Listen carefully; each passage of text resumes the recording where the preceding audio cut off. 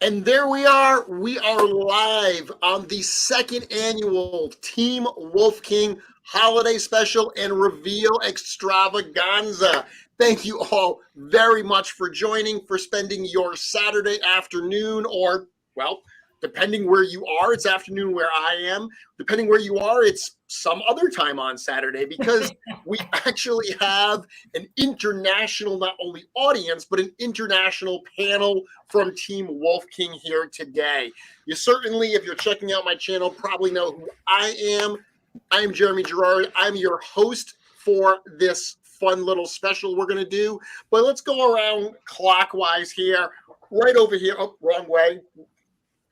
This way. Right over here. To my right. Emil, please introduce yourself to our audience. Hello, my name is Emil. I'm from Sweden. I love sculpting, and I have the distinct privilege to be working with these guys.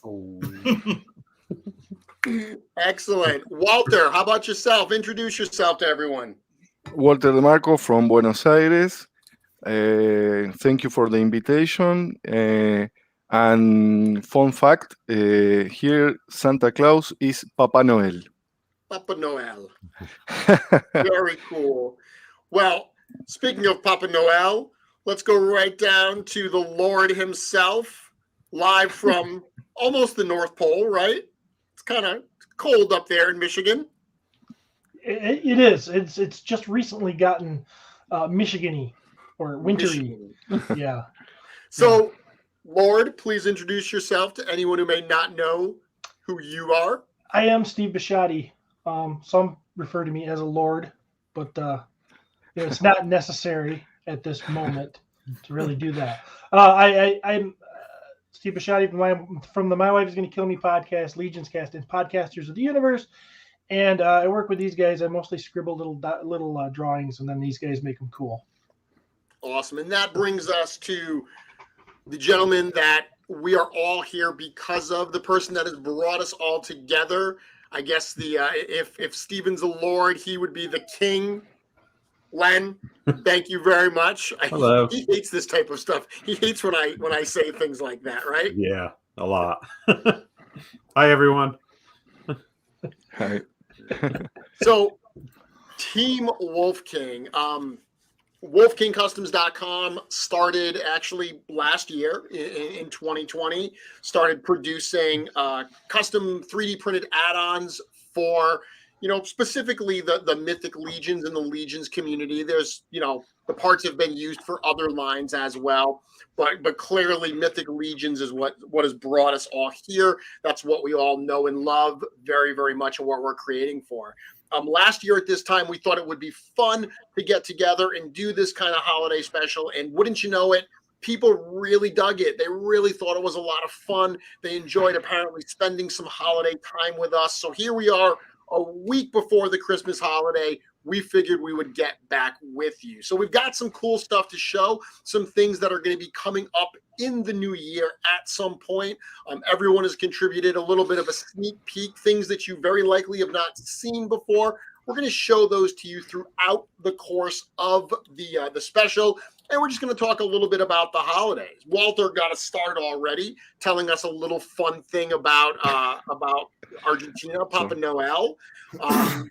Anybody else have any fun little holiday facts or things they want to share? Silence. Well, me and Steven, we celebrated Christmas together last year. We did. He did it, Swedish way. Yes. And how is that? What did you do for Christmas? Yeah, we watched Donald Duck. Oh, yeah. You told us about Donald Duck last year. So in Sweden, that's a thing. You watch a Donald Duck cartoon. Yeah. It's weird. It's a tradition. 3 p.m. it starts. Half of Sweden sits there, watch it. They know what's gonna happen. Christmas special, but they do it anyway. And last year, at whatever 3 p.m. was our time for him, whatever 3 p.m. was for him, our time, I don't know, like 8 in the morning or something, I put it on here and watched it at the same time Emil was watching it. And then I found the video on YouTube, and was watching it. And then It seems like I FaceTimed you and said, "Hey, look, I'm doing Yeah. it too." And said hi to my family. Like, Yeah. We did something similar where in the UK every Christmas they have like kind of like a special where the Queen from Buckingham Palace or whatever addresses all of her subjects and wishes them a happy holiday. So we watched that here last year, and then I think we watched like a marathon of Doctor Who Christmas specials. that was how we spent our. We've done holiday. the same. We've done the same in our house, except Yeah. for watching the Queen. Do you don't normally watch the Queen every year? What made you do it this year or last year? My wife got it in her head that she wanted to do these like 5 days of Christmas type thing or whatever. So she had all these things planned, and a lot of them were very, very British. So my family has traveled, quite a few times overseas, and we actually very much like Europe in that area. So I'm someone that always is interested in different traditions from around the world. So last year, for whatever reason, she decided to embrace a lot of the British traditions, and we got like mince pies, which were really good. We got some more this year. She also got like a Christmas pudding that you like light on fire. Mm-hmm. And it was horrible. Like, it was one of the worst things I've ever tasted in my life. So we just did a bunch of stuff like that. But the Queen's Christmas message was one of those things. Interesting.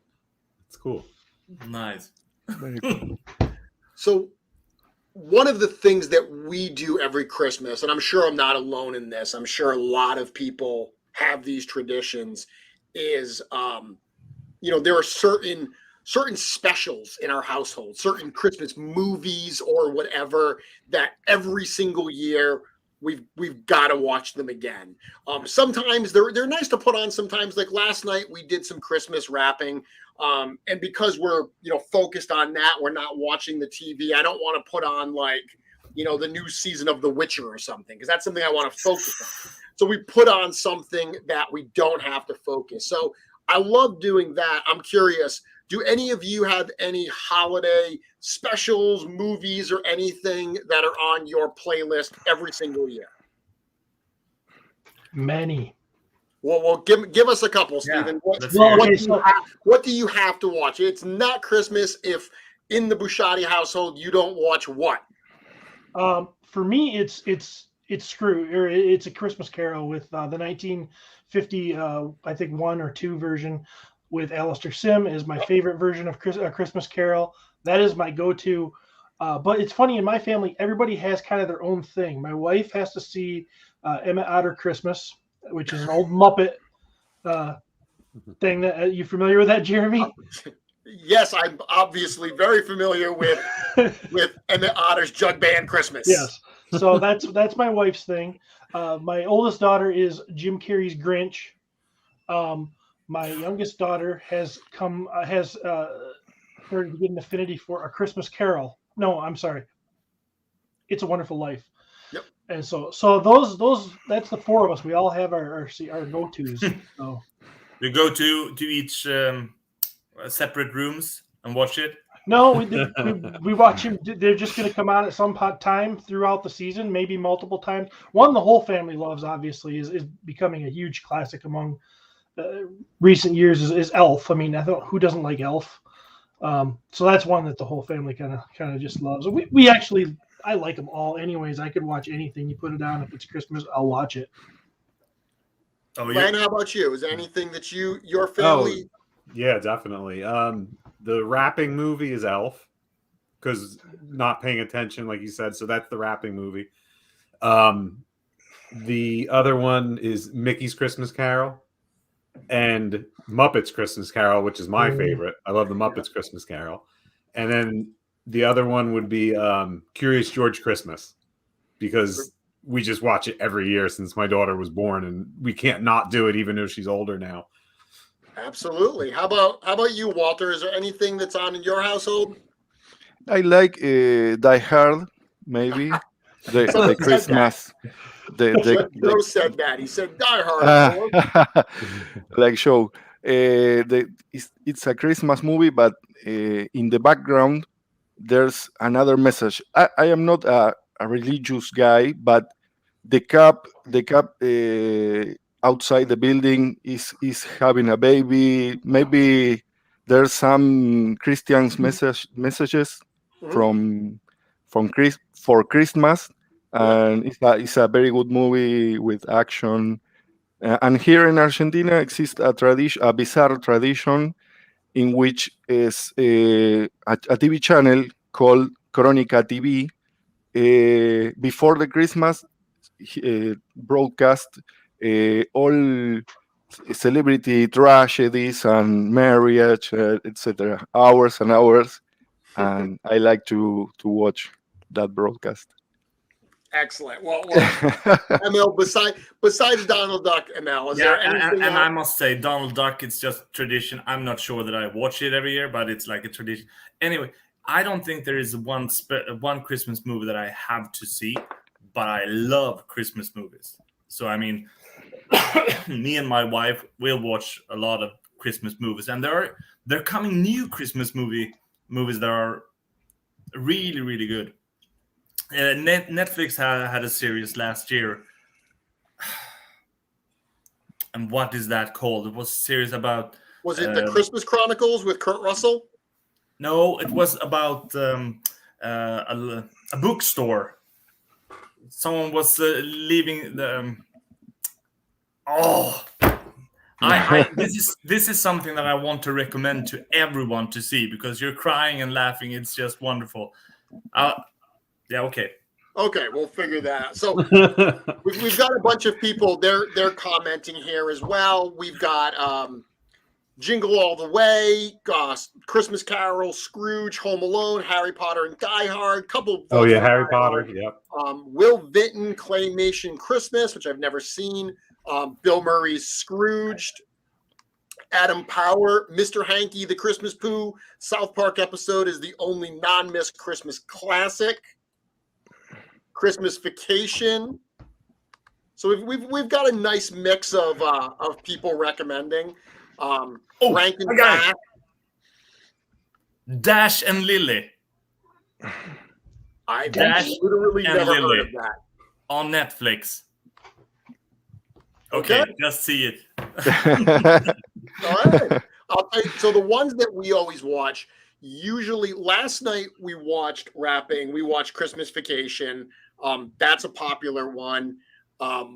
Usually we watch It's a Wonderful Life, which is one of my personal favorites. I do like that one very much.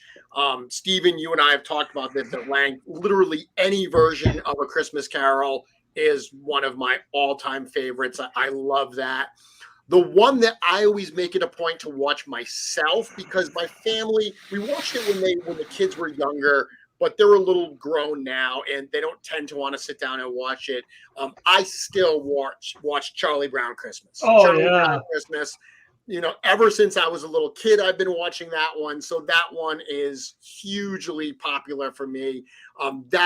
Putting on that or any of the stop motion Rankin Bass stuff, that brings me right back to being a child. I cannot get enough of those. It seems like, I mean, we made a little bit fun that in Sweden we watched Donald Duck on Christmas, but it seems to be Christmas movies.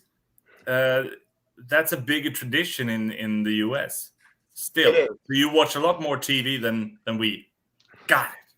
It is. I mean, they have whole channels that, I mean, all they do, like the Hallmark Channel is just a Christmas movie. It's just like Christmas rom-com after Christmas rom-com, all like the entire month. Yeah, totally. Some slightly washed up but very good-looking actors. Yes. Having problems at Christmas time and nothing else to do but kind of wander through and try to spark up a 20-year-old relationship that went south, but now it's getting, things back in order. Most of them are the same and they're still good. Have you ever seen, Steven, like I saw recently someone took like the covers of all of those movies, and it's like they're kind of like romance novels, right? Yeah, You know, yeah. if you look at romance novel covers, there's like a formula for them. There's clearly a formula for these Christmas rom-com kind of covers, and when you see them all at once, it's really, really comical. I bet it is. So let's do a quick reveal. We're talking about, Christmas, and we're talking about, specials and elves. You guys mentioned elves. So we've got elves in the Mythic Legions line already, but one thing a lot of people have requested, and we've certainly heard you because we want them as well, are gnomes. So recently, Walter and myself worked on a fun kit for the little mice characters that we did. Basically, you took a goblin legion builder, or really any goblin, and if you remove the lower legs and the lower arms, we created some feet and some hands that pop in there to make a much smaller stature type character. We did this for our mice little customs. Well, as soon as we were done those, the next thing we talked about is, hey, we would really love to use this same kind of build system for gnomes. And when we showed the mice, a lot of people requested it as well. So Walter just finished these up recently, and I'm going to show them to you here today.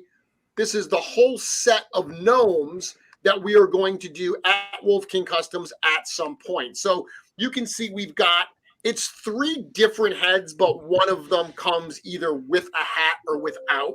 So I'm going to zoom in a little bit here. So we did like a young gnome, and then a tinker gnome. And then I thought it would be really, really fun to do a garden style gnome. But knowing that a lot of people might see that garden gnome face and see a dwarf in there, we decided to also remove his hat, maybe produce that one a little bit larger as a secondary version so it can be a dwarf as well. So that one will do double duty. And while that first one there, that young gnome, that was made to be a gnome, we also know that it could work as a halfling. So Walter also whipped up these little feet that you can use as well to have some halfling style bare feet. So Walter, this is a fun project to work on, right? Very fun, very fun. I love hobbits, Lord of the Rings, the gnomes, all classes of little beings. Very funny. And it's cool because it's one of the things that we've got such a range in the Mythic Legions line already, but being able to get smaller like this, it's been really popular. Len, you've produced all of the mice parts recently and been shipping those out. Yes. I remember you telling me you've gotten great feedback on those already, correct? Oh, absolutely. Everyone loves them. We send them all out. We're seeing pictures already of some people, fitting them up, and I can't wait to start seeing them all. Everyone with finished customs with them. It's great. Yeah, that's incredibly rewarding when we see that. So these, I think, will be a lot of fun also. And Len, we don't even have these printed yet. You just got these files, right? I did, yeah. I mean, pretty recently. I looked at them roughly, but I didn't get a chance to even print any off yet. Yeah, so looking good, guys. Looking really good. So this, as an audience, you are seeing these literally for the first time. I've never even held these in hand. I've never printed these up. These, I think, are going to be a lot of fun. And if they do well, if people really do respond well to them, I know that there are some other kinds of gnomes that we can do. Curtis Ackerman, who's a huge supporter of my channel, huge Mythic Legions fan and fellow customizer. He is an unabashed gnome fanatic. Curtis is one of the few people that has seen these because as they were being developed, I'm not a gigantic gnome fan. I don't have a ton of knowledge, but I reached out specifically to Curtis to ask his opinion. And the original designs that we did, the ears were a little bit smaller. And, Curtis was the one that kind of said, hey, I think you should make the ears a little bit larger. That's kind of a characteristic that is typical of gnome designs in fantasy. So huge thank you to him for his kind of creative feedback on this. But these are pieces that you will be seeing at Wolf King Customs in the coming year. Nice. Really Very nice. cool. Very cool. Awesome. So now would you have to? I think you touched on it. You'd have to size. Would a gnome head be small? It would be smaller than a dwarf head, right? You know what? Yeah. It's probably going to be pretty close. I mean, Len will figure that out when he starts actually printing them. But because the gnome is meant to go on the 2.0 body, Right. and obviously the dwarf is going to go on a 1.0, I imagine both gnomes and dwarves having slightly oversized heads to begin with. So what's oversized for 2.0 versus 1.0? There might be a little bit of variance there. Interesting. Yeah, I agree. I think it's going to be somewhere in between, I think, to be honest. It depends on the aesthetic you want. It might look really cool with a slightly larger head. So, we'll have to play with it and see what happens.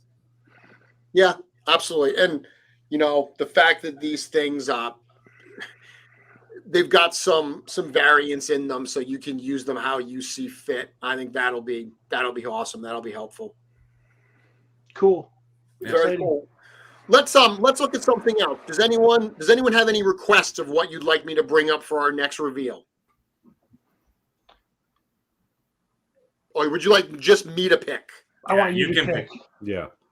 Okay. Well, this is one. I'll show one, Len, that you've had done for a little while. So, Len, let's show the Sea King character. Does that Okay. make sense? Sure. So this is one. Did you have any of these printed at Legions Con? No. Okay, so this was not something that was printed No. at Legions Con. This is something that I know you showed me a little while ago, and you actually sent me a print of this to check out, and I thought it was so much fun that I wanted to paint it up. You actually showed it to me, a sample of it on a specific body that inspired me to do a custom. So we're actually going to show a fully painted piece right here. This is what I'm calling the Sea King. Len, why don't you talk us through this specific character? And as soon as I bring it up, here we go. Tell us a little bit about this character. Well, I really I wanted something that was like between a dragon and a sea creature, but with that, more human aspect to it. I didn't want to touch on dragons because they've obviously been done a lot, and it was, they were bound to happen officially anyway. So I thought, what can I do that's slightly different? And I kind of like rough sketched some ideas up, and I threw him at Gia, and he just came with this like right out of the gate. And I was This like, is really wow, cool. like this is like perfect. It's amazing. Like I really like it. I showed you the first render at Legions Con, if you remember, in the lobby of the hotel, and it was like he had just sent me the first render of it, and we were like, wow. And we thought it kind of had like almost like a female look to it, but it's funny because now that it's painted, it doesn't. So it's one of those ones that kind of changed a little, and it's a fun head. I think people are really gonna enjoy it, and it's something you can pop a lot of color on in different ways. Like you chose to do that purple, and I never thought of that, and it looks phenomenal. I started painting one myself, but I'm not on the fine details yet. And when I saw you with the purple, I was like, wow, that's really cool. Like, it's just a neat take on it. Yeah, and some people are commenting that they're saying that, this would look awesome on Cosmic. This head could work for Mythic or Cosmic. This is wild. Patrick Boyle saying, I love this sculpt. This could be from the sea or the forest. So super cool that people are seeing different looks and different options with this particular head. I'm going to actually very, very quickly, where is that being shown here? Oh, here it is. All right. I'm going to remove that for 1 second. And what I'm going to do is give me a solo layout so you can actually see. I've got it right here with me. It is a super, super fun head. I love this thing. It was Len, I'll tell you, this thing was really, really enjoyable to paint as well. That's great. I like to hear that. It originally, the concept that was for ogre scale, but when I got the first file of it, I kind of looked at it and I was like, no, I like the way it went on a 1.0, and I thought it looked really nice. I mean, it could still work either way. It would be a massive head for an ogre, but I really liked it on the 1.0 too. It's really cool. Yeah. I could see it painted up to be a what's the character? Is it Faunus? Yep. Yeah, I could see if you painted it like that, it could actually work as like a wood. I think somebody mentioned a wood works in the forest, but it could almost look like a part of his race, because I would assume his race would grow in different ways, but I don't know. Painted as a birch. A birch tree. Yeah. Yeah. Yeah. When I looked at it, fun. Go ahead, Emil. Nope. Nothing else to add there. Well, I'm sorry. I thought I heard you. Yeah, when I saw it, I obviously saw a very ocean-like, an aquatic, almost like shell-like look. But some people are mentioning mushrooms, and I absolutely can see that mushroom type aspect. Yeah, that's one of those heads you're going to see. I think you're going to see a lot of different uses of people with that one. Someone was asking to see the back of the head. It's got these nice little bumps on it too that were really fun to paint that aspect on. Very nice and detailed. Very nice. And one thing I like about it, Len, too, is it's not like something else we've seen. Inevitably with the work that we do, there are so many wonderful creators out there doing custom pieces. So between what the studio is actually producing and then what all of these artists are producing, inevitably there's going to be some crossover here and there. So I love it when I see pieces that are really, really unique and really different. We've gotten nothing truly aquatic in Legions yet, and it's one of those things that a lot of people have asked for. Was that one of your reasons for going that route with this idea? Exactly. Yeah. Well, I've always tried to swing for aquatic, and sometimes I've missed, but I think this one's a pretty good hit on it because it could be used multiple ways. Aquatic's really hard to do. I think it's just hard to really grab that aspect that fits in the line, and I think this one does it. I like I said, I've tried before, but it's it's tough. It's a hard thing.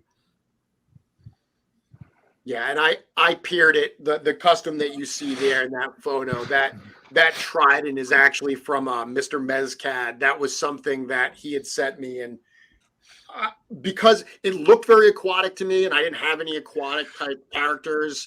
So as soon as Len sent me this, that I had to pair it with that figure because it just felt like it went so well. Yeah, it's cool. It's definitely cool. And that's the body I had, envisioned it on after I decided on 1.0, because you already have the green arms, you have the green hands, you have the green feet. I like stuff to be not simple, but if someone wanted the simple paint a head, put it on a body, it looks great. You don't have to paint the whole figure, you don't have to paint arms. And I thought that was really neat. Vorthog, is that right? Yeah, Vorthog. Yeah. And seeing you paint it on that base figure is what inspired me to do it as well. I was very much like, hey, that's a really good match. I definitely am excited to see people go crazy with this one. Some crazy colors. This is the kind of thing I could see Dennis Derby painting in all kinds of really, really wacky colors. He does that very, very well, and he likes weird stuff. This is something I could see being up his alley. Definitely. Great job on the paints, and sculpting. Very good job on the paints. That's awesome. Great. Very cool. Well, thank you very, very much. So, Emil and Steven, you've had an interesting partnership with Wolf King Customs, with the stuff that you've been doing. Specifically with all this God's Fire stuff, those I've mentioned this on my show before, that those have really resonated with the Mythic audience. what are your plans in 2022? I mean, are you continuing to go forward with these characters in a deeper storyline? Yes, we are. I mean, we actually got to know each other through Wolf King. I mean, through Len, and the God's Fire project was the first thing we started. Or the group God's Fire that turned into most everything that we're doing together, we put it into the God's Fire universe. Yeah. And it's like, that is just so much fun to create the stories and to mix everything. And of course, I mean, you heard it here first, but I mean, in 10 years, there's a movie franchise that you can, if anyone's interested out there, you can reach out to Steven because he knows the language better. But yeah. So Steven, God's Fire, these are you base them off the Templar Knight base body. A lot of the figures go on those. So, while the Templars in Mythic Legions are not a direct translation of the historical Templar Knights, I think it's fair to say that there's a religiousness to their order, correct? Oh yeah, I would think so. Yeah. Okay. So do they celebrate a winter-like holiday similar to Christmas and God's Fire? Yeah, they do.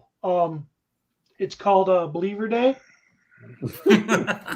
where everybody everybody who believes and the believer himself, they all get together and they eat these weird mushrooms that make them see things funny. That's what I've come up. It's funny you ask because I just wrote that this morning. It's not canon. It's not canon. No. Not canon. So that reminds me of something, Steven. You just said they eat some strange mushrooms that makes them see things. Are there any specific foods that you all have to have at Christmas time around the holidays? Is there a specific dish or a dessert or something that is uniquely in your family got to be there? Len, what about you? Let's start there. Oh, I don't know. I don't think so. I don't think there's anything really specific food wise, except for those muddy buddies they call them. It's like What? it's like some kind of Chex Mix that's like a chocolate. It's like a candy. Do you know what I'm talking about? I do not. It's like Chex, but they're like coated with chocolate and they're filled, and they usually have them in a mix, and they're lightly powder coated with powdered sugar. And my mom always had them on the table at the holidays. So like I feel like I always have to have it. Yeah, and they actually sell them in stores now. Chex sells them, and I'm they gonna call have them to go get some because they sound delicious. Do some people call it dog chow or dog? They might. I think they've been called like reindeer food. Yeah, I think I know exactly what you're talking about, and it is good, and it's addicting as heck. Oh my god, it's so good. It's delicious. But yeah, I can't I don't know. And I never even knew what the name of it or even where she got it because I don't think Chex started selling it until recently as Muddy Buddy. But yeah, we always had it and I always have to have that. That's the only thing. Okay. Maybe a ham, maybe not. A ham, okay. Emil, how about you? What do you have in there in Sweden that Ham sandwiches with mustard. What kind of sandwiches? Well, ham sandwiches. Just, that's the most important thing. As soon as, Ham sandwiches. Walter, Argentina?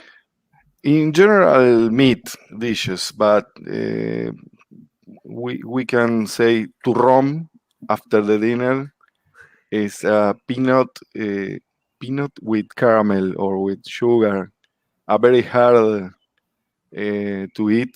You can break your teeth eating Really? turrón. Turrón. Turrón. Yeah. Steven? Man, the one thing that my mom makes every Christmas morning, and she only makes it once a year, and she only makes it on Christmas morning, is this quiche that is it's a sausage recipe that I don't know where she got it from, and yeah, that's kind of like if I don't get that, I don't feel Christmas is here. Fair enough. So I'll tell you mine. here in Rhode Island, we have a number of foods that are very, very specific to our small state. For those that don't know, where I live in Rhode Island, you can get it across the entire state in 45 minutes. It's very, very small. And we do have some very regional cuisine.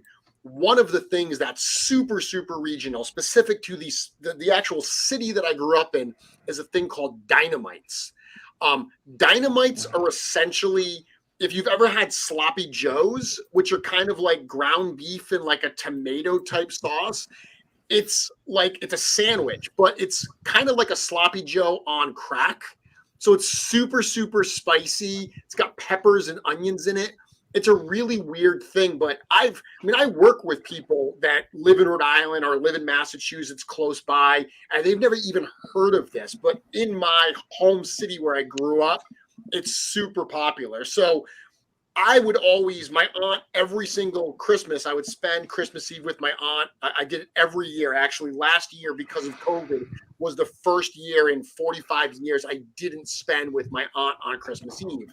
And every year she would have these dynamites for us. So even now on Christmas Eve, we've got to go, and there's one store I know of that sells them, and it's a deli. You can buy it like by the pound and heat up the mix and put it on the sandwiches. So I have to go buy that every single year, because while we'll make like a turkey dinner for Christmas dinner, leftovers, I've got to have my dynamites. Oh, you have turkeys on Christmas, right? Well, a lot of people have ham. My family doesn't. I love ham. I think ham is delicious, but my family doesn't like to eat pork. So we do get a turkey on Christmas as well as Thanksgiving. So is this dynamites thing, is it something you eat other than Christmas or just Christmas? I would love to eat it more than just Christmas because it's delicious. But the simple reality is that the store that I have to go buy it at is like 10 minutes from my house, and that's just far too long. That's far too far for me to travel to get this. So I just never do. Do you like work next door? I mean, 10 minutes isn't really that long. I just feel like now it just brings us this microcosm of a world that Jeremy lives in, where if anything is more than a football field away from him, he's not going to get it. Stephen, I kid you not, living where I live in Rhode Island, there was a point where I grew up in the north of the state. There was a point where I moved to the south of the state. It's about 40 minutes away. And I legit had family that was mad at me for moving so far away. Like, you would have thought that I moved across the world. Have they not invented the automobile in Rhode Island? I'm telling you, Stephen, because everything is so close. Like, you travel for vacation, but anything outside of your little town, people don't like to travel there. So I'm actually being a little facetious. I would not mind going for 10 minutes. It's just one of those things that I never think to do. Gotcha. But they're delicious. That's Steven, how it is by me too. Good, it's the Steven? same way. Do you think it sounds good? I do. I'm gonna have to remember at Legion's Con next year. I'm gonna bring some dynamites and we're gonna heat it up. Nice. Let's do it. So good. Excellent. So we were talking about God's Fire. Let's show another reveal here. Emil, you sent me this literally like an hour ago. Is this something that you just finished working on? I did. Okay, here we go. Tell us a little bit about this latest reveal. So here we have a Templar. That is, well, actually, I think, Stephen, do you want to take this one? About the character? Yeah. Yeah. Okay. So this is kind of, we see this guy as, there's the believer and his God's Fire crew, and if you've read anything of the stories that we've kind of made up, they're a special team within their Templar order that goes out and deals with monsters or magic beings and stuff like that. Think, kind of like Witchers, if you will, but they're a 5-man team. Anyways, this guy is higher up in the order than the believer. He's a higher ranking guy, and he is really tough, and he is very, very fanatic with the religion. So this guy's the guy that the ultimate leader might send this guy out to check on a situation and be like, hey, there's stuff going on over here. My troops are out there. Go out there and whip it in shape. And when this guy comes on the scene, he is relentless to a fanatical way. Think somebody that would sacrifice 50 soldiers just to destroy one. He's kind of that guy. You don't want to see this guy coming up. He's kind of on the good guy side, but everybody's kind of scared of him. And so he is going to be at odds with God's fire in the storyline. He's on their side, but he's not. I like how you said it, Steven. It's like if someone would give that Templar order a bad name, it would be this guy. Yes. And I really wanted to make a Templar helmet with a cross design on the face. I've been sketching for something like this for a long time because I wanted to do something, and now was the inspiration to finish this one. Was that an early idea for the Fallen? Was a cross on the face? Yeah, you're right. Very early, but it's like after Legion's Con, I've been moving to a house, and I have all these unfinished stuff sculpted. And so I really wanted this to be, to show something today. And another thing with this head is that we have a thought for the character, but I also see this head as being, easy to use for multiple different bodies and create different characters. So we have this character that we talked about now, but I have personally different ideas for what to do with this. So this is This is going to be a named character. This is not like the Painmonger or the Angel Knights. This is not initially as you envisioned it. This wasn't Steven, an army builder type character. This is like one specific warrior in the God's Fire story. Well, this is an example of me not really doing much envisioning here, because this is mostly Emil's visual idea. I think I had some input on how to do the back of it, the back of the head, but the full front face part of it was just something he just was like, this is something I want to do. And that's just what me looking at that face kind of got out of it. I'm like, okay, this thing looks beautiful and evil, much like the Fallen can be, but he just looks, because his full face is covered and it's mysterious. He just looks like somebody that would just come in and destroy to me. But the cool thing about him is, and just like Emil was just saying, that could be a heroic head, that could be an evil head. I see it kind of as more of an evil head, but it's really that was your first idea. That was your first thought, to see it as an evil one. But if you zoom into it, the ornaments on it are not so spiky and evil looking. So it's more like flowerish ornaments. So and these will of course be small, so they might be hard to paint individually. But with a dry brush or with washes, it will make the helmet pop. You paint it a bright silver, it's a hero. You paint that dark, and it's going to be evil as heck. Yeah, and it's just. I think that's going to be a lot of fun for people to use in multiple different ways, and he's going to fit into God's Fire pretty cool too. And someone you said silver, Steven, or dark. Someone just mentioned it on a Magnus body. I can see this working gold on the Magnus body. I can see this being painted black to work with the upcoming Black Knight Legion builder from Reinforcements. On a Templar, silver on a Templar. I think that this has got a lot of versatility to it. And I like to see it as you can use the face plate. You can make that gold or silver, and you can make the back black to make this pop even more. Like a. Well, just multiple ideas, of course. Black and red, and it's Sir Girard. There you go. There you go. I can tell you this. Between our inner circle, I'm going to be calling him the district manager. And as always, you guys just have to deal with that. Yeah, everyone should know that whatever Len uses for the names, that's kind of what we call them. I mean, when Len is like, we use the real name. So the faithless and the believer, the redeemer, and Len is like, The hood. you mean the hood? Dreadlock, hood, slick back, Yeah. chin beard. Yeah. But Len, let's be honest.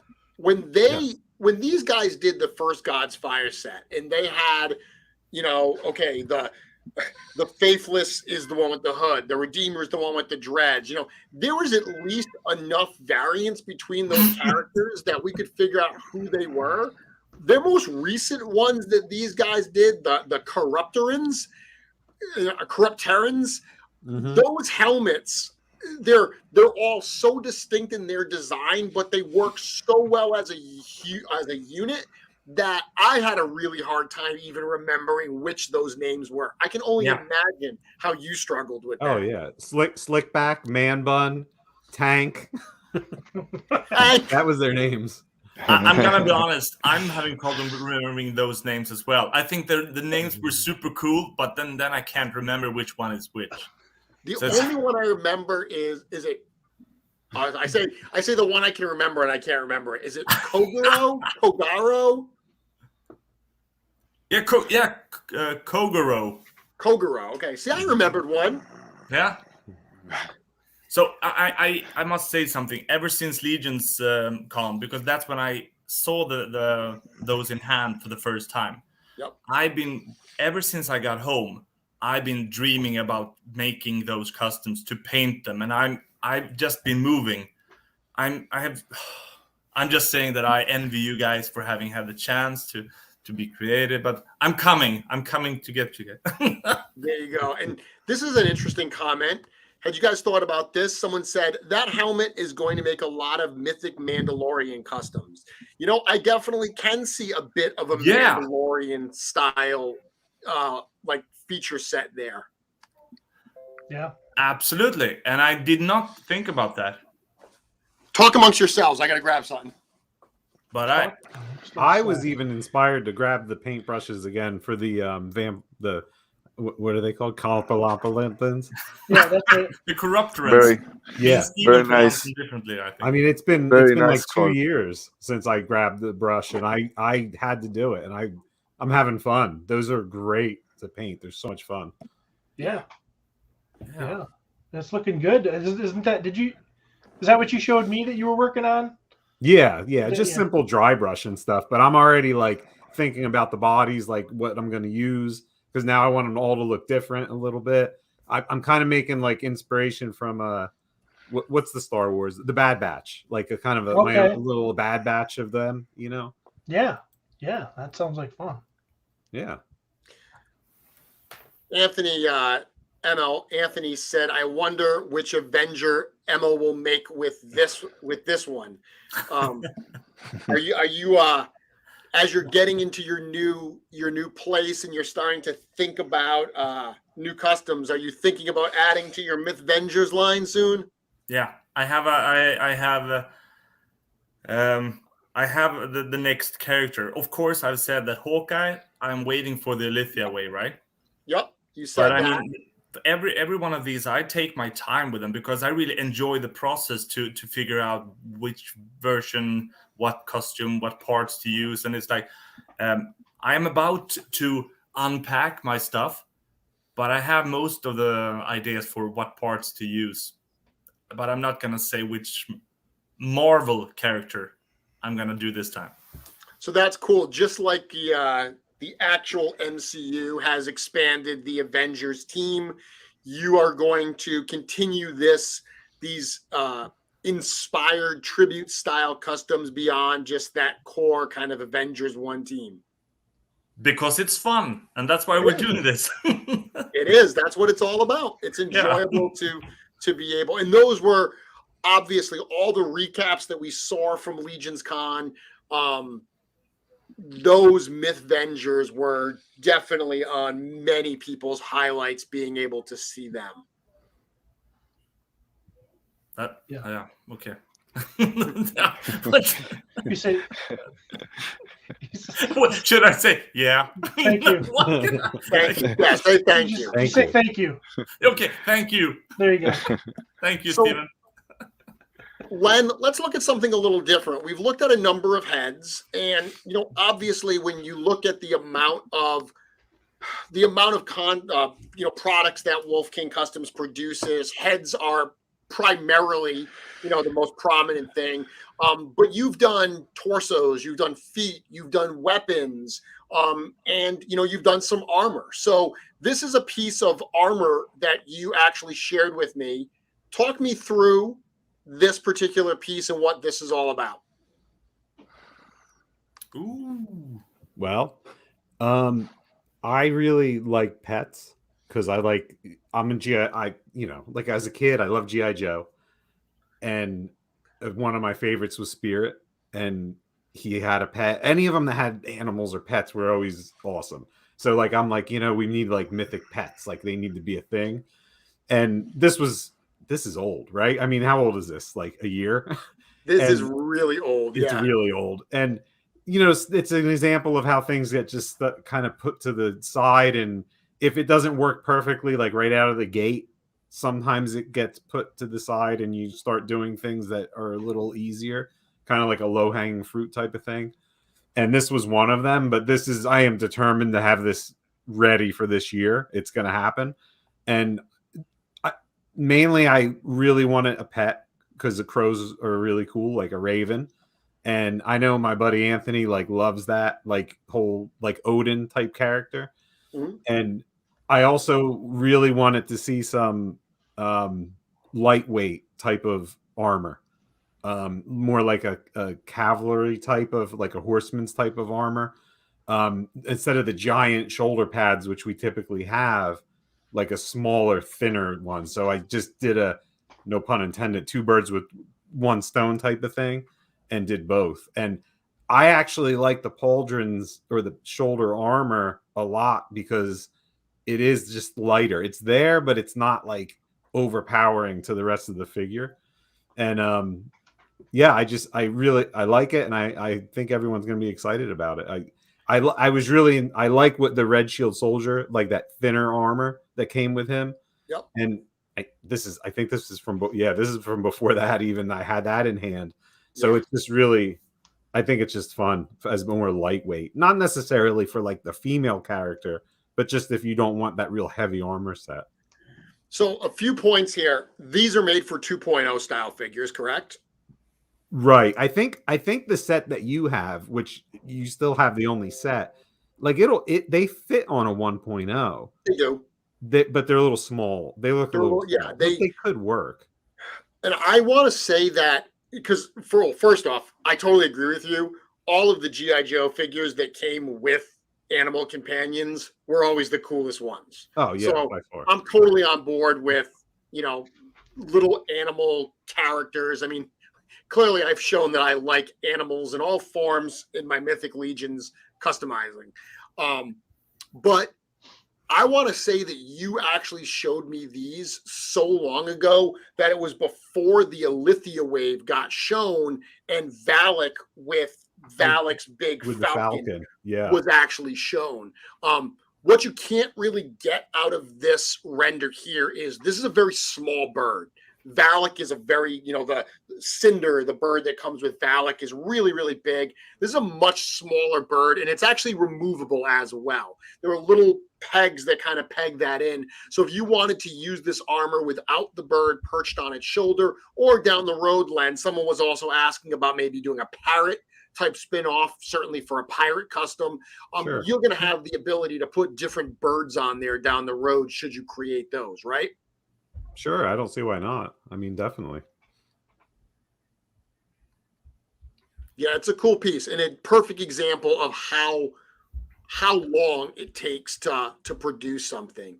Emil and Walter, you both as the sculptors here on the show, you've both worked on shoulder armor on pauldrons. Is that more of a challenge for you to work on than, say, heads? Let's start with Walter. Walter, doing armor pieces that have to plug in, is that more of a challenge than dealing with just like a head that pops on? Uh-oh. He's muted. Oh, Walter, we don't get your mic. Sorry. Oh. Yes, a little bit, because the compatibility and the possible variations between figures. It's the 1.0, 2.0, but there's a lot of figures, and maybe could be some issues with the compatibility. It's a little bit complex for me, at least. Emil, how about yourself? You've Yeah, done a number I have of to agree. Pauldron. It's a lot harder. I mean, it's just because Stephen wanted the Fallen to have the shoulder pauldron connected here, and the Dragon Warrior to have the pauldrons. But now you kind of get a template after a while that you can, as soon as you have some in hand, then you can kind of start to just reuse the same connection that you've used, and it's easier. But it's Okay. like, it's not as easy as doing a head, of course. Well, I would also imagine that aesthetically it's a challenge as well, because you know, so if you're creating shoulder armor that's supposed to go on, say, the bare chest, you know, there's no design in the bare chest in terms of armor that's got, you know, like an actual like design into the armor itself. But I have to imagine that when you're sculpting armor and you're thinking, well, I want it to go on, I'm imagining it going on this base body, but I also want it to be versatile enough to go on other bodies. You've got to find that balance between it's got enough, you know, design and style that it doesn't look out of place on your base figure, but it's also not so specific that it can't be used on anything else. Yeah, Is that a fair statement, guys? Yeah, that was the first time when I thought that I had a good fit on a piece, because I had done the measurements and the calculations, I mean, with a measurement tape, and just to see what kind of distances do I have to have when I sculpt. So I measured everything, and it was perfect, or it felt perfect. And then I got it, and then I realized I had only done the measurements on one of the bodies. And then it really didn't work on the, I'm not sure if it was the Templar body, and it didn't work on the bare torso or something. It was just scratching. So it's another kind of learning curve than doing heads. And Len, we're getting requests. People are saying they'd love to see a parrot, they'd love to see a bat, they'd love to see a little dragonling. So there's definitely, I think that this design has sparked some imagination, some creativity within, you know, the people that have joined us today, certainly, for the kinds of different editions that you could expand on for this one piece. Yeah, that's awesome. I mythic, you know, I really like the idea of the pets. I said that, I think 2 years ago, I brought that to everyone. Yeah. I said, what about pets? I wanted to do a dog, and you all thought I was crazy. No, if you remember, I was like, do it. Yeah, but I said it couldn't be articulated. Like, it would have to be like mutt, you know, like a stationary, like you know, a hard statue almost. And everyone was kind of mixed on whether that would work. You can use pets as helpers for rangers, etc. But Yep. the wizards or witches have a special power, familiar pets, pets, and they can see through its eyes, and it's a very interesting way to use. Sure, absolutely. When I used to play World of Warcraft years ago, I always had a ranger with a pet. So Len, you like the pets. A little bit of inside info that people may not realize, but after this comment, they will realize it. In addition to liking pets, Len, there's another there's another attribute of custom parts that you very much like. Do you know what I'm talking about? I think so. So Len really, really likes parts with hats. If you notice the amount of Wolf King pieces that come with hats, it's a staggering amount of custom pieces that have hats. Yeah, and it's totally unintentional, right? I mean, I think Steven was the first one to point that out to me, like as a joke, like saying everything has a hat, and I'm like, it does, and I look and I'm like, oh, it does, everything does, and now it's almost like where it has to have a hat. Yeah, if I'm trying to impress Len, I'll throw a hat on it and he'll love it. Yeah. I don't know why. I guess I just really like the hats. Well, it's funny because a lot of Yeah, times we'll be mate. chatting and you'll bring that up. You'll be like, someone will do a piece that has a hat, and that will be your comment, Len. You'll just say, "I like the hat." Yeah, it's become my thing. I've learned to accept it and make it my power. So you don't like me because I don't think I've done any hats. Oh, you love the hood. Well, Yeah, the the hood hood, is kind of a hat. the helmets, it's all hats. I mean, anything okay. that covers your head is a hat.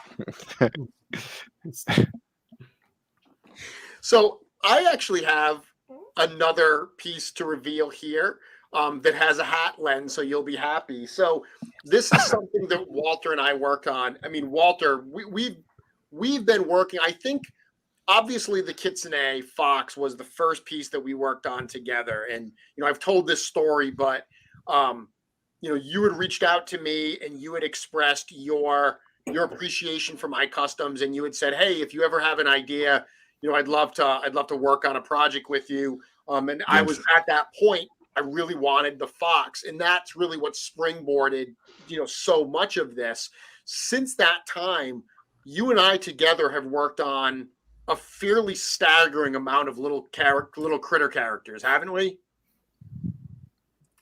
Sorry. Well, I said, since that first Fox, you and I have worked on a lot of little animals together, haven't we? Yes. A lot of them. I mean, a lot.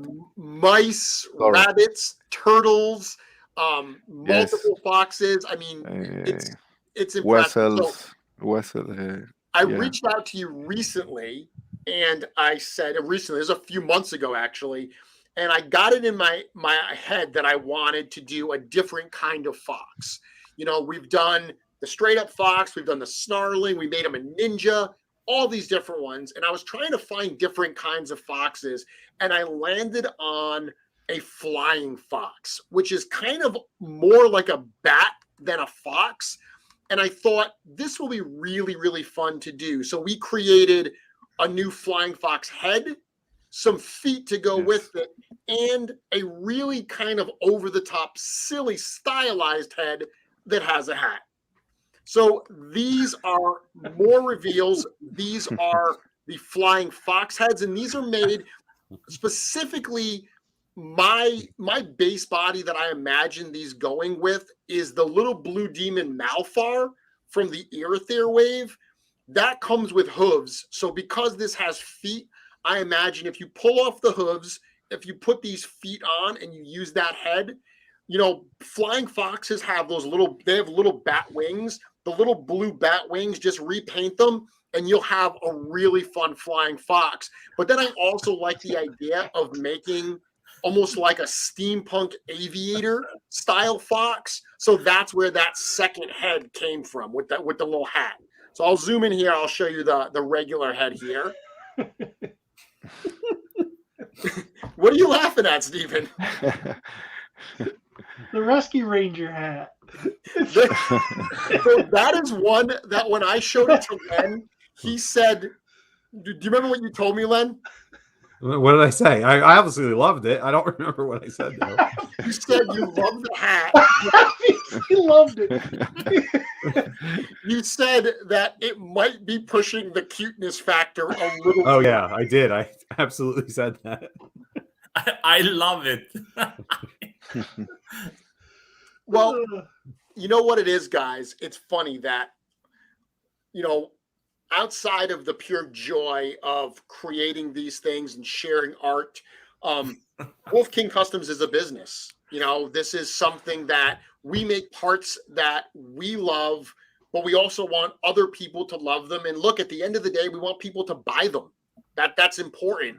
And one thing that Len said to me one time that I thought was really important, I was focusing on a project that I don't even remember which one it was, but it was something that I didn't want personally. It was just something that I thought would sell well. And I was doing it and my heart really wasn't in it. And Len told me, you know, you've got to find that mix of pieces that you think there will be a market for and pieces that you don't care if there's a market for, because you're doing it just for yourself. And honestly, that little steampunk head, that was just for myself. Wait a minute. The steampunk head, that is, I need it for Cosmic. Oh, it will get sold. I'm not saying we won't sell it. I'm saying that if we sell it and no one buys it, I won't be upset, because as long as I get one for myself, I will be happy with that. Got it. So Daniel Doug is saying, I wanted to do a super glider mythic character, and this will absolutely work for that. I'm buying all of this. Well, thank you very much. That is a fun one. Anthony saying the Strups need to make a coat for this.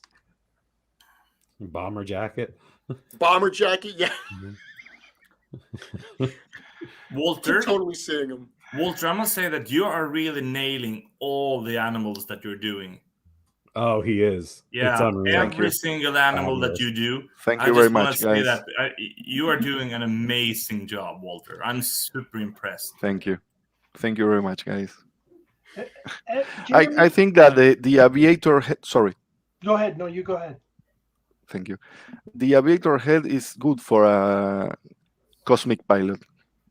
Yeah, it's the Because steampunk I want. Some Star Wars characters have this vintage style in their clothes or leather helmets. I think it can work. I'll tell you, every time that I reach out to Walter, he never bats an eye when I'm like, okay, here's what I need. And I send him photos or sketches or whatever of some crazy animal. And then I'm like, okay, I want a normal one that looks like this, but then I want another one that's wearing this steampunk hat with these big goggles. He's never like, Jeremy, what is wrong with you? He's always just like, yes, my friend, we will do that. I like those ideas, crazy ideas. I love working on those with you. And that's one of the coolest things, guys, is because, you know, Walter and I, we work on a number of projects together, and he'll go off and, you know, he'll come back and he'll show me like not storyboards, but what do you call the boards that you show me? Like design boards? Yeah, concept boards or concept sketches. Yep. Yeah. So I'll show him some stuff. And some of the stuff we do is very straightforward. And he's like, yep, I got it. Other stuff, he's like, hey, let me sketch this out. You know, let's show that. But whenever I get that message on my phone, I see that he messaged me and there's a photo attached. I still get this like just excitement in my tummy that just makes me say like, ooh, he sent me something. It's awesome. I love being able to see him take my ideas and translate them into these sculptures. Thank you. Sure. Stephen, you had something you wanted to say. I wanted to ask you. I'm trying to think of any, and I can't think of any, and so I hope you don't name 10 of them when I ask you this question. But have you ever done a human character yet? Yes. Have I done like a human face? Yeah, like a human helmeted or something. I can't think of, since you started with Wolf King. So the female assassin that was part of the Genie line. Okay. There is also another figure. There's another head in that set that we've yet to release. That is actually, if you remember, we did the Genie that has the turban on his head. Yeah. We did another one that is made for 2.0 that instead of it being a genie face, it's a human face. I call it Sinbad. So it's a character that would work for Sinbad or for Aladdin or something like that. I imagine it going on a Grisha the Slitherer body. But that's one that we actually still have not released. So I have done a few But yeah, I had to think about it when you asked, put it that way. Nice. Excellent. Well, very cool. Steven. Yeah. You were talking, I mean, I'm talking here about the stuff I sketch and I show to Walter. So you do a lot of sketching yourself. You work with Emil all the time on creating these characters. Talk a little bit about your design process, because the next piece I want to show here is something that is going to be coming from you that you actually worked on. First of all, it's your first piece, to my knowledge, that you've worked on without Emil. So I'm sorry, Emil, but he's two-timing you. He's working with Len on something. But talk to us a little bit about your design process before I show this character. Well, you know, it's so different sometimes. Sometimes it's just a lot of times I'll think of something that I'm like, let's say I'm thinking of a barbarian, and so a lot of times I just go and I start looking at things that I know I'm going to see a lot of that stuff. I'll go to Conan books, or I'll go to Masters of the Universe or something, and I'll just try to immerse where, you know, into that kind of a thing, and then I kind of put them all away, and I just sit down and start sketching. And so I don't, you know, and what comes out is what comes out. I don't know. It's just I need to have something put me in a feeling. It's kind of weird.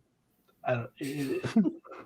Okay. It is, but now with this, what you're probably going to show. So with it's different if someone says, "Hey, do this." Like, well, this would be the second thing I've done for Len, because I did help with his the dog. The dog, right? That's right. Yeah. That's right. I forgot about the salty dog. Yep.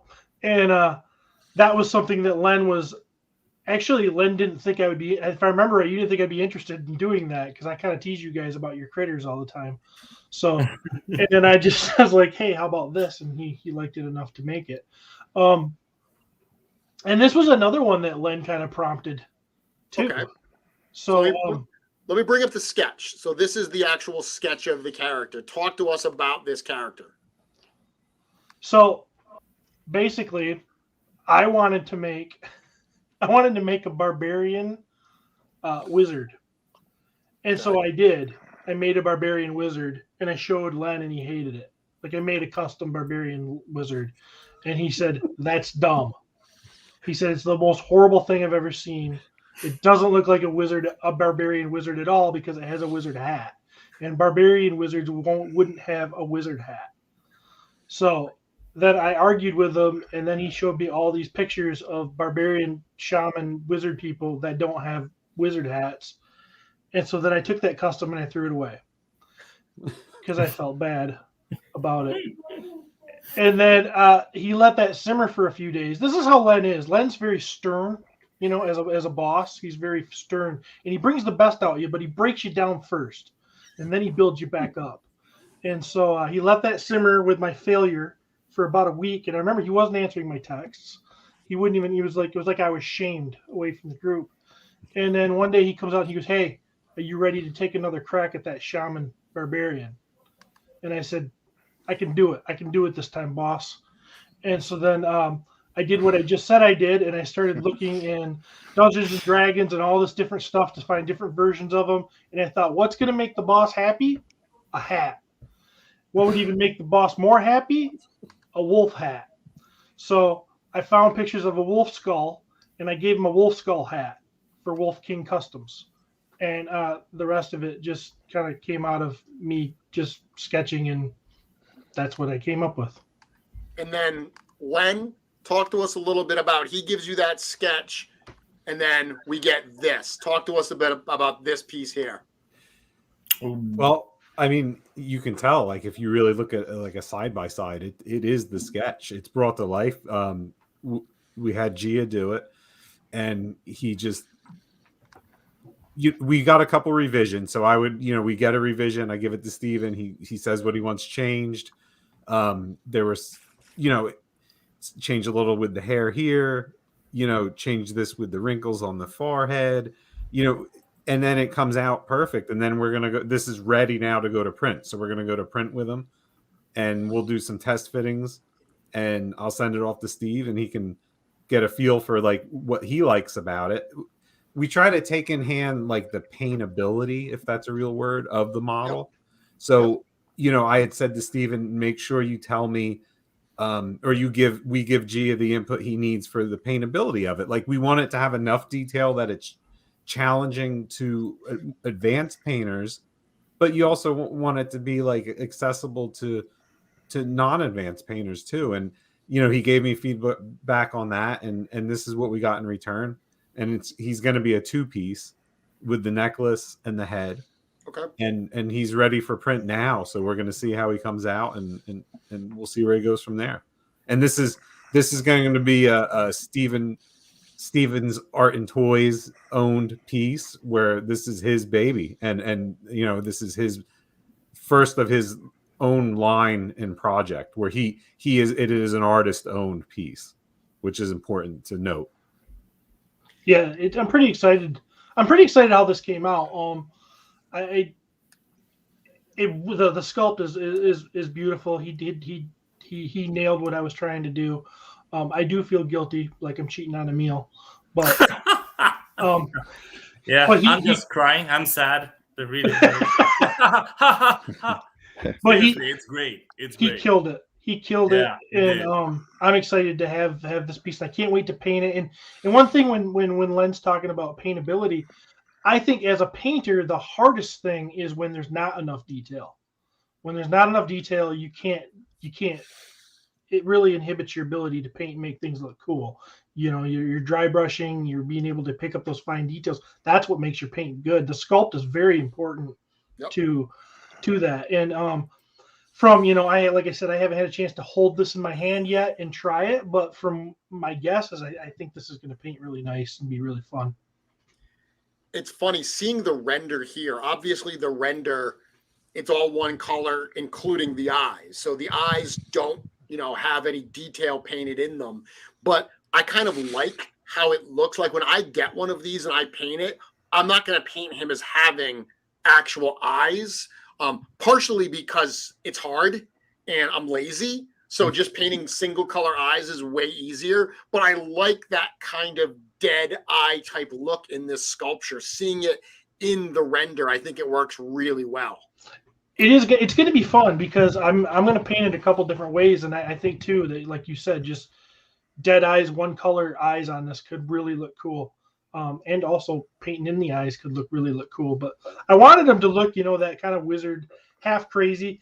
I'm not gonna lie, I thought a lot of and I can't think of the character's name, but in the Arnold Schwarzenegger movie with who's the wizard that he meets, how he's a wizard and everything, but he's a little bit crazy. I could see this guy being, that sort of thing. But then you throw him on a barbarian body in the bare chest, which is what I'm probably gonna do with him, and he's also gonna be very powerful looking. Patrick Boyle actually said Merlin comes to mythos. So while he's clearly a shaman, shaman-like character, I can see this being used for a really cool Merlin custom. Yeah. Because Merlin is often presented as being a little off his rocker. Yeah. And that's exactly what that's, the wide eyes that I wanted and I drew in there was kind of that, that crazy kind of wide-eyed crazy look that I was really trying to go for. And I can't, and again, I got to compliment the sculptor. Gia was amazing on this. Yeah, I can picture him with robes, even, with robes, a loose fit, maybe either a struck craft robe, or in the future, the studio 4 Horsemen robe. It can definitely work with either. I don't think a hood would fit over the hair, but you never know. Oh, I can picture it too. I mean, it's probably an easy leap considering that there's an orc shaman in the Poxus line. But that whole new brute scale, that's something, it's far enough away that we haven't started producing parts for brute scale yet. But I know that as soon as that was revealed, talking to you guys about the possibilities of designing and creating stuff for another scale, that was really exciting as well. I could see this as a brute scale piece. Yeah. Could be really cool. I wonder where he gets his haircut. Like maybe I'll make that a character, the guy who cuts his hair. The barbarian barber. Yeah, the barbarian. Maybe that's my next character. Barber. So yeah, this is gonna be fun. That's a cool piece, Steven. Thank Are you. you going for all barbarians? No, not What do necessarily. you think? Huh? But no, I'm not. But all the stuff that I've showed Len that I want to do is all barbarians so far. So it's funny you mentioned that, Steven. Len, I don't know if you remember this, but we had a conversation last year and we've never talked about it with the larger group. So what better time than doing it on a live broadcast?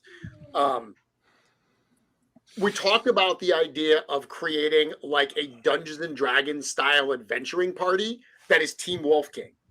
So basically each one of us creating our own character. And it doesn't have to be, it's not like Jeremy as a warrior or Walter or Steven, but like if we were playing Dungeons and Dragons, what kind of character we want to be, what race, what class and all that.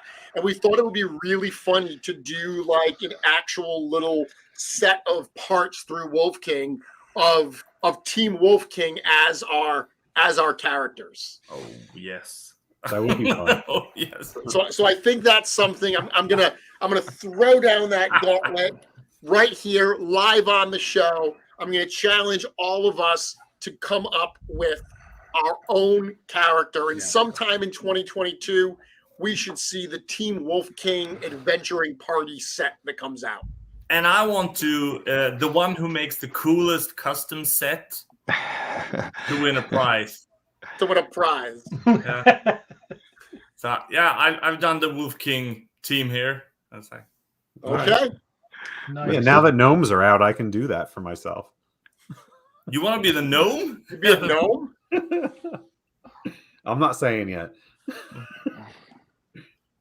Yes, I think I told you, Len, what I'm gonna do for mine, but I won't say it here. Obviously, Walter is gonna know because he's gonna be the one I'm gonna make sculpted. So We're 5 foxes. it won't be a fox, but it will be a critter. Really? Flying Foxes. I'm just kidding, of course. Flying Foxes party. Okay, guys. So we have one more reveal before we close it out. But before we get to that last reveal, anything else that you want to share, kind of about your holiday celebrations, your observation of this time of year, anything that you do or are looking forward to, whether it's for the holidays or in the new year? Emil, how do we start with you? I mean, you just moved into a new house. That's going to be pretty exciting.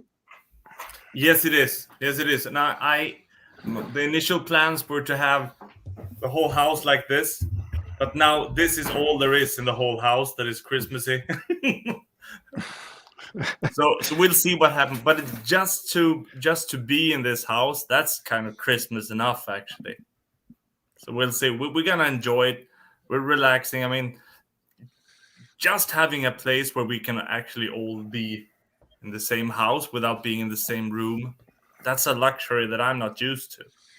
Now, do you have more room to display your toys in the new house? That is the big question. That's the important question. Everyone seems to, the house is bigger, so my family has more space. Yeah. Yeah, but what about the toys? I don't have more, so I'm actually looking at how to make Elithia fit in my collection. So I'm actually removing stuff actually to fit the allegiance. All doing that. I'm just gonna have a nice Christmas. I don't have any special to say now. Good. Okay, Steven, how about yourself? Anything you're looking forward to? No, just the usual stuff. But I do have to say, I looked forward to this. Yeah, I really did. We did it last year, and it was fun. And it was just, I know this is only the second time we did it. And I know that, I don't know why I just assumed we were going to do it, because it didn't seem like it was a foregone conclusion until, a week ago or more, or maybe 2 weeks. I don't know. But I'm really glad we did do it. And now it's kind of a, it's just fun to sit down, all of us together, do this. I never talk to Walter or hear Walter talk, so that's nice to see Walter and do this. Very very cool. So I'm looking forward to the Christmas special for Wolf King Year 3. Maybe. I mean, we all. I mean, of course, we had to wear hats because we're forced to. Maybe next year we are brave enough to not wear hats when the boss is there. No, yeah. Sorry, then. Somehow Sorry. Jeremy gets away with not wearing a hat because he's want to mess up his hair. He also got away. Steven does a half-ass attempt at it. Well, they kind of have hats. You said helmets count as hats. You literally said anything on the head is a hat. Oh, absolutely. So they have. You don't have a helmet. I'm the only one that doesn't have a hat. There's no hat. You see how hard he is on me? He picks me out of the group and just, calls me doing a half-ass job. That's the kind of... Len's like my drill sergeant. Yeah. You can call me afterwards, Steven. We can talk. I don't do well with hats. I don't have, like, you gotta have a certain kind of a head for hats. I don't have the kind of head for hats. Are you looking at the rest of us and saying that all of us have great heads? Thank you so much, Jeremy. But I'm not sure. You have the kind of heads that work well with hats. I don't have that kind of a head. You have a most excellent head. Well, thank you very much, Emil. Walter, how about yourself? Anything? You've got a move coming up too, right? Yes, we are moving to another apartment like Emil, but on Monday, I think. Oh, so you must be super busy at this time of year getting that all done. Yes, a very busy Christmas, but we are happy. I have plans for a new printer in the next year and other plans. Wow. Yeah. That's awesome. I don't have any specific plans. We're gonna have a few people over for Christmas Eve. As I said a little while ago, I always would spend Christmas Eve with my aunt, and that became a very big tradition. So for me, Christmas Eve is a big night. That's a big night when we celebrate, although we don't open presents. I'm not one of those people that allows presents to be opened on Christmas Eve. It's got to be Christmas morning in my household. But Christmas is just going to be me and the family. I've got a little bit of time off, so I'm enjoying. I'm going to enjoy getting some projects done, doing some painting for myself, and kind of relaxing a little bit, I think, over the Christmas break. Sounds good. Nice. Len, how about yourself? Just the usual, really. Still keeping a kind of a lower tone on the holiday, or not as large as family wise, and keeping it smaller, and just not to sound corny or anything, but I just hope everyone stays healthy and happy. I just want everyone to be happy this holiday. Just good thoughts, good vibes, whatever you want to say. Just stay upbeat. That's all I'm looking for. Go out, drive around tonight, maybe see some lights around our little town, and that's about it. That's awesome, and that sounds wonderful. Len, I'm gonna end the reveals with another one of your pieces that you worked on. Now, this is one that some people have seen. Did you give some of these away at Legion's Con? I think that you might have trickled these out.